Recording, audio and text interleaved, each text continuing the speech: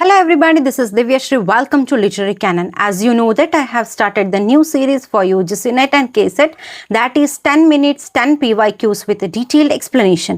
Without further ado, let's start the class. First question on the screen. Gerald Gritch appears in which of the following novels of D.H. Lawrence? The Plum Serpent, The Rainbow, The Virgin and the Gypsy, The Women in Love. Okay, so this is basically the answer is Women in Love. Gerald Gritch is a character from Women in Love. Illi ಏನಾಗುತ್ತೆ ಅಂದರೆ actually as you know that Women in Love which was published in the year 1920, it's a sequel to The Rainbow ಅಲ್ವಾ. The Rainbowಗೆ basically sequel ಆಗಿತ್ತು. ಇದು ಯಾವುದ್ರ ಬಗ್ಗೆ ಇರೋದು? ಬ್ರಾಂಗ್ವಿನ್ sisters ಬಗ್ಗೆ ಇರೋದು ಅಲ್ವಾ. ನಾನು ಆಲ್ರೆಡಿ ಡಿಸ್ಕಸ್ ಮಾಡಿದ್ದೀನಿ ಬ್ರಾಂಗ್ವಿನ್ ಸಿಸ್ಟರ್ಸ್ ಬಗ್ಗೆ ಇರೋವಂಥದ್ದು. ಬ್ರಾಂಗ್ವಿನ್ ಸಿಸ್ಟರ್ಸ್ ಯಾರ್ಯಾರು? ಒಂದು ಉರ್ಸುಲಾ, ಇನ್ನೊಬ್ರು ಯಾರು? Basically Gudrun. Okay, Gudrun. Ursula who loves Rupert Birkin. Okay, Rupert Birkin and Gudrun who loves Gerald Crich. Okay, so ಹಾಗಾಗಿ this is basically the lover name ಆಯಿತಾ. ಹಾಗಾಗಿ ಏನಂತ ಹೇಳ್ತೀವಿ, Gerald Crich is the character from Women in Love. Okay, so Rupert Birkin ಬಗ್ಗೆ ಒಂದು question ಕೇಳಿದ್ರು, that I will discuss in then another slide. Okay, ಇಲ್ಲಿ ನೋಡಿ, who was nominated for the Nobel prize in literature in 4 different years.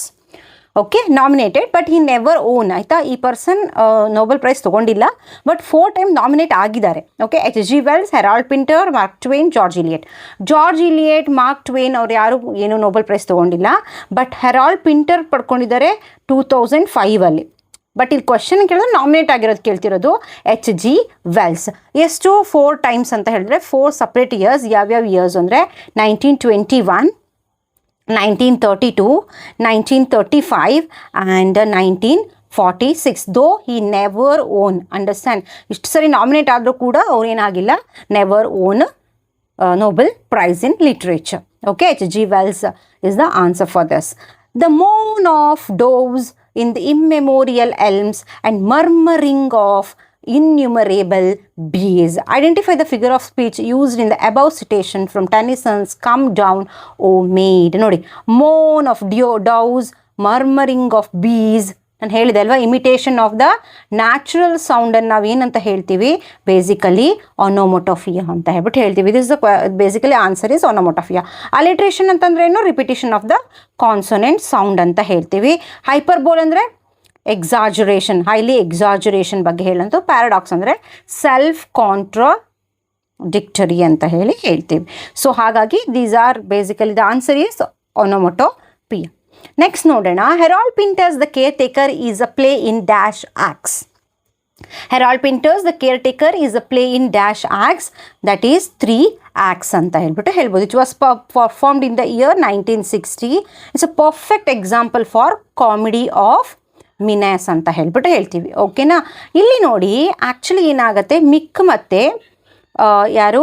Aston, ಇವರಿಬ್ಬರು ಅಣ್ಣ ತಮ್ಮಂದರು. Okay, ಇವರಿಬ್ಬರು ಒಂದು ಅಪಾರ್ಟ್ಮೆಂಟಲ್ಲಿ ಇರ್ತಾರೆ. ಆಸ್ಟನ್ ಏನು ಮಾಡ್ತಾರೆ ಅಂದರೆ he has given shelter to Davies ಅಲ್ವಾ. Davies, his assumed name is Bernard Jenkin. ಇದು ಆ್ಯಕ್ಚುಲಿ ಕ್ವೆಶನ್ಸ್ ಕೇಳಿದ್ರು, ಇದು already we discussed about that. ಇದೇ ಇರೋವಂಥದ್ದು ದ ಕೇರ್ ಟೇಕರಲ್ಲಿ. Okay, the one plot summary ಅಂತ ಹೇಳ್ಬೋದು. ಓಕೆ, ನೆಕ್ಸ್ಟ್ ನೋಡಿ. Whom did Dryden say the following? He was a man who, of all moderns and perhaps ancient poets, the greatest and the most comprehensive soul. That's none other than Shakespeare. Dryden said this particular line in his famous 1668 essay. Okay, that's of dramatic poesy. Okay, ಇದರಲ್ಲಿ ಹೇಳಿದ್ದಾರೆ ಈ ಒಂದು particular ಲೈನನ್ನು. Next ನೋಡಿ. Which novel by Charles Dickens has the following as the opening line? Night is generally my time for walking. Okay, night is generally my time for walking. Oliver Twist, Great Expectation, Hard Times, The Old Curiosity Shop. Answer is Old Curiosity Shop, which was serialized in the year 1840 and 41, written by Charles Dickens. This line basically spoken by narrator Master Humphrey. Okay, master Humphrey ಈ beginning of the ನಾವೆಲಲ್ಲಿ ಹೇಳ್ತಾರೆ. Understand? So narrator ಯಾರು? Master Humphrey. Okay, so ಇಲ್ಲಿ ನೋಡಿ, ನಿಮಗೆ ನಾನು ಹೇಳಿದೆ Charles Dickens very important, you should not skip this author. ಆಯಿತಾ? ನಾನು ಹೇಳಿದ್ನಲ್ಲ, ಥೀಮ್ ಗೊತ್ತಿರಬೇಕು, ಪ್ರೊಟೋಗಾನಿಸ್ಟ್ ಗೊತ್ತಿರಬೇಕು, ಹೀರೋಯಿನ್ಸ್ ಗೊತ್ತಿರಬೇಕು, ಆಮೇಲೆ ಓಪನಿಂಗ್ ಲೈನ್ಸ್ ಕೂಡ ಗೊತ್ತಿರಬೇಕು. Understand? So these are very important. Okay, next ನೋಡಿ, who among the following is a Nobel Prize winning English playwright, screenwriter, director and actor? English playwright ಅಂತ ಕೇಳಿದರೆ George Eliot, Orwell, Saul Bellow and Harold Pinter. George Eliot ಈಗಷ್ಟೇ ಹೇಳಿದೆ, ಅವ್ರು never won, she never won. Next ನೋಡಿ, George Orwell never won Nobel prize. Saul Bellow won ಏನು prize win ಆಗಿದ್ದಾರೆ in the year 1976. But English ಅಲ್ಲ, ಇವರು English playwright ಅಲ್ಲ, American playwright. ಇದು ಕೇಳಿ ಕ್ವೆಶನ್ಸ್ ಏನು ಕೇಳಿದರೆ ಇಂಗ್ಲೀಷ್ ಪ್ಲೇರೈಟ್ ಅಂತ ಕೇಳಿದರೆ. ಸೊ ಹೆರಾಲ್ಡ್ ಪಿಂಟರ್ ಈಗಷ್ಟೇ ಡಿಸ್ಕಸ್ ಮಾಡಿದ್ವಿ, in the year 2005. The answer is Harold Pinter. Next question ನೋಡಿ, identify the Shakespearean character who utters the following. No, I will not weep, I have full cause of weeping, but this heart shall break into 100,000 flaws, or ere I will weep, oh fool I shall go mad. Okay, who said this particular line? That's none other than King Lear. ಇಲ್ಲಿ ಏನಾಗುತ್ತೆ ಅಂದರೆ, this is a line from Act 2 Scene 4 ಅಲ್ಲಿ ಬರೋಂತಹ line. ಇಲ್ಲಿ ಏನಾಗುತ್ತೆ ಅಂದರೆ, King Lear says this line as he is being increasingly humiliated by his daughters. ಯಾರು? ಗಾನ್ರಿಲ್ and other one ರೆಗಾನ್ ಅಲ್ವಾ. ಇವರಿಬ್ಬರಿಗೆ ಏನು ಮಾಡ್ತಾನೆ, ಅವನು ಕಿಂಗ್ಡಮನ್ನು ಡಿವೈಡ್ ಮಾಡಿಕೊಟ್ಟಿರ್ತಾನೆ. ಅವರು ಏನು ಮಾಡ್ತಾರೆ, they strip of his power, ಎಲ್ಲ ಪವರನ್ನು, ಕಿಂಗ್ ಲಿಯರ್ನ ಎಲ್ಲ ಪವರನ್ನು ಯಾರು ವಶಪಡಿಸ್ಕೊತಾರೆ?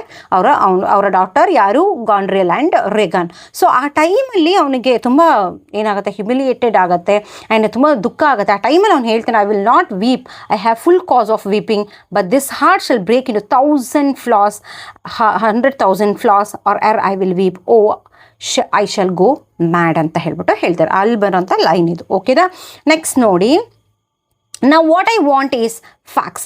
Teach these boys and girls nothing but facts. The above is the opening line of. Now what I want is facts. Teach these boys and girls nothing but facts. The above line, opening line of Hard Times. ಆಯಿತಾ? Which was published in the year 1854 ಅಲ್ಲಿ publish ಆಗುತ್ತೆ. It is set in the fictional city of Coketown ಅಂತ ಹೇಳ್ಬೋದು. ಕೋಕ್ಟೌನಲ್ಲಿ set ಆಗಿರುವಂಥದ್ದು fictional city called Coketown. ಇದೇನಪ್ಪ ಅಂತಂದರೆ, it is talking about utilitarian minded mister Gradgrind. ಕೇಳಿದ್ದಾರೆ ಇದನ್ನ. Gradgrind is the character from Hard Times. ಇಲ್ಲಿ ಏನಾಗುತ್ತೆ, ಹೂಸ್ ಚಿಲ್ಡ್ರನ್, ಯಾರ್ಯಾರು? ಒಬ್ಬರು Louisa, another one Tom. They were suffering from the philosophy of Grant Green. ಆಯಿತಾ? ಅವ್ರು utilitarian mind set ಇರೋದು ಅವ್ರದ್ದು. ಆ ಫಿಲಾಸಫಿಯನ್ನು ಲೂಯಿಸಾ ಮತ್ತು ಟಾಮ್ ಏನಂತ ಹೇಳ್ತೀರಿ, ಬೇಸಿಕಲಿ ದೇವರ್ ಫೆಡ್ ಆಫ್ ದ್ಯಾಟ್. ಆಯಿತಾ? ಆ ಥರ ಇರುತ್ತೆ. ಆ್ಯಂಡ್ ಇಂಪಾರ್ಟೆಂಟ್ ಇನ್ನೊಂದು ಕ್ಯಾರೆಕ್ಟರ್ ಯಾರು ಬರ್ತಾರೆ ಅಂದರೆ Sissy Jupe who is circus company girl. ಆಯಿತಾ? ಸೊ ಇವರು ವೆರಿ ಇಂಪಾರ್ಟೆಂಟ್ ಆಗಿರ್ತಾರೆ. ಓಕೆನಾ? ಸೊ ನೆಕ್ಸ್ಟ್ ಥೀಮ್ ಬಂದುಬಿಟ್ಟು ಫ್ಯಾಕ್ಟ್ಸ್ ಆ್ಯಂಡ್ ಫ್ಯಾನ್ಸಿ. ಥೀಮ್ ಯಾವುದು? ಫ್ಯಾಕ್ಟ್ಸ್ ಮತ್ತು fancy is the theme of this particular novel. ಹೀಗೆ ಈ ಥರ ಬರ್ಕೊಳ್ಳಿ, ಅಂದರೆ ನೀವು ಎಂಟೈರ್ ಸಮ್ಮರಿ ಗೊತ್ತಿರಬೇಕು ಅಂತಿಲ್ಲ. ಯಾರ್ಯಾರು ಮೇನ್ ಕ್ಯಾರೆಕ್ಟರ್ಸ್ ಯಾರು, ಎಲ್ಲಿ ಸೆಟ್ ಆಗಿದೆ, ಥೀಮ್ ಏನು, ಆ್ಯಂಡ್ ಓಪನಿಂಗ್ ಲೈನ್ಸ್ ಏನು, ಇದು ನಿಮ್ಗೆ ಗೊತ್ತಿರಬೇಕು. ಓಕೆನಾ? ನೆಕ್ಸ್ಟ್ ನೋಡಿ, ರೂಪರ್ಟ್ ಬರ್ಕಿನ್. ಈಗಷ್ಟೇ ಹೇಳಿದೆ, ಫಸ್ಟ್ ಕ್ವೆಶ್ಚನ್ ಇಲ್ಲಿಂದ ಬಂದಿರೋದು ಇದು. Rupert Birkin in D.H. Lawrence Women in Love is Lawrence himself. ನಾನು ಹೇಳಿದೆ ಉರ್ಸುಲಾರ ಲವರ್ ಅಲ್ವಾ. ಸೊ ಇನ್ನೊಬ್ರು ಯಾರು, ಬೇಸಿಕಲಿ ಗುಂಡ್ರನ್ ಲವರ್ ಯಾರು? Gerald Crich. So he is the lover of Gudrun. Ursula lover ಯಾರು? Rupert Birkin. So actually the Women in Love ಅಲ್ಲಿ Rupert Birkin ಯಾರು? Basically Lawrence himself. ಓಕೆನಾ?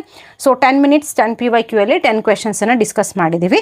So this is my Telegram channel. Feel free to join this channel. ಎಲ್ಲ PDF ಇಲ್ಲಿ share ಮಾಡಿದ್ದೀನಿ. Maximum ಆಗಿ utilise ಮಾಡ್ಕೊಳ್ಳಿ. ಓಕೆನಾ? So what you have to do, like ಮಾಡಿ, ಶೇರ್ ಮಾಡಿ, ಕಮೆಂಟ್ ಮಾಡಿ ಆ್ಯಂಡ್ ಸಬ್ಸ್ಕ್ರೈಬ್ ಮಾಡಿ. ಓಕೆ? ಸೊ ನೆಕ್ಸ್ಟ್ ಮತ್ತೆ ಈ ಸೀರೀಸ್ ಕಂಟಿನ್ಯೂ ಆಗುತ್ತೆ, ನಾನು ಹೇಳಿದ್ದೆ, ಅಂಟಿಲ್ ಎಕ್ಸಾಮ್ ತನಕ. ಅಂಟಿಲ್ ದೆನ್ ಟೇಕ್ ಕೇರ್, ಬಾಯ್ ಬಾಯ್.